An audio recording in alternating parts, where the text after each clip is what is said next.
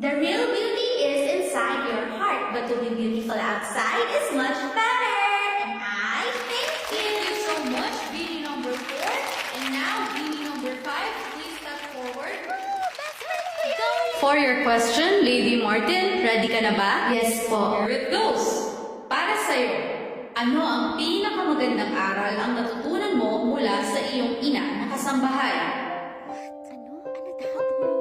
Wait, I just read the question.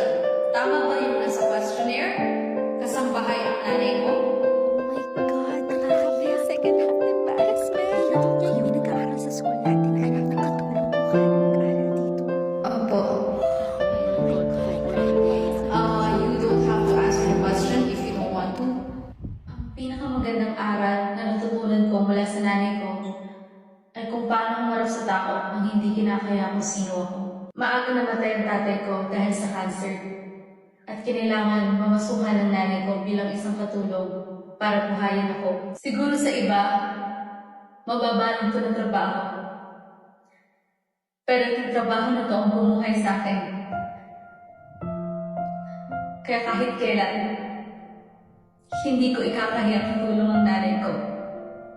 Dahil walang trabaho nakakahiya, basta marangal, at walang tinatapakang tao. Maraming salamat po. Thank you so much for that wonderful answer, Beanie number 4. Now let's... And the 2025 Beanie ng Taon Award goes to... Congratulations, Beanie number 2, Aya Nunez!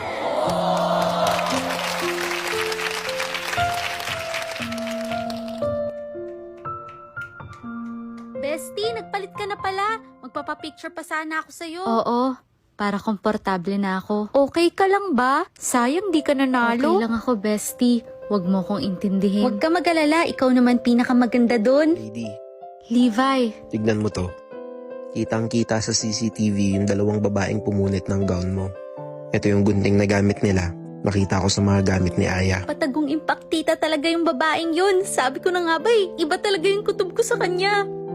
Aya, ikaw yung pumunit ng gown ko. Excuse me? Anong sinasabi mo? Umamin ka na.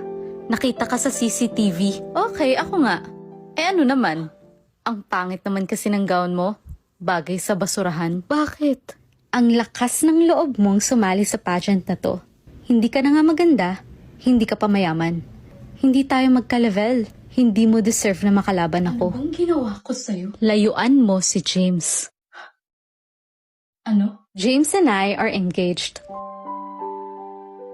Matagal nang nagkasundo ang mga magulang namin para ipakasal kami sa isa't isa.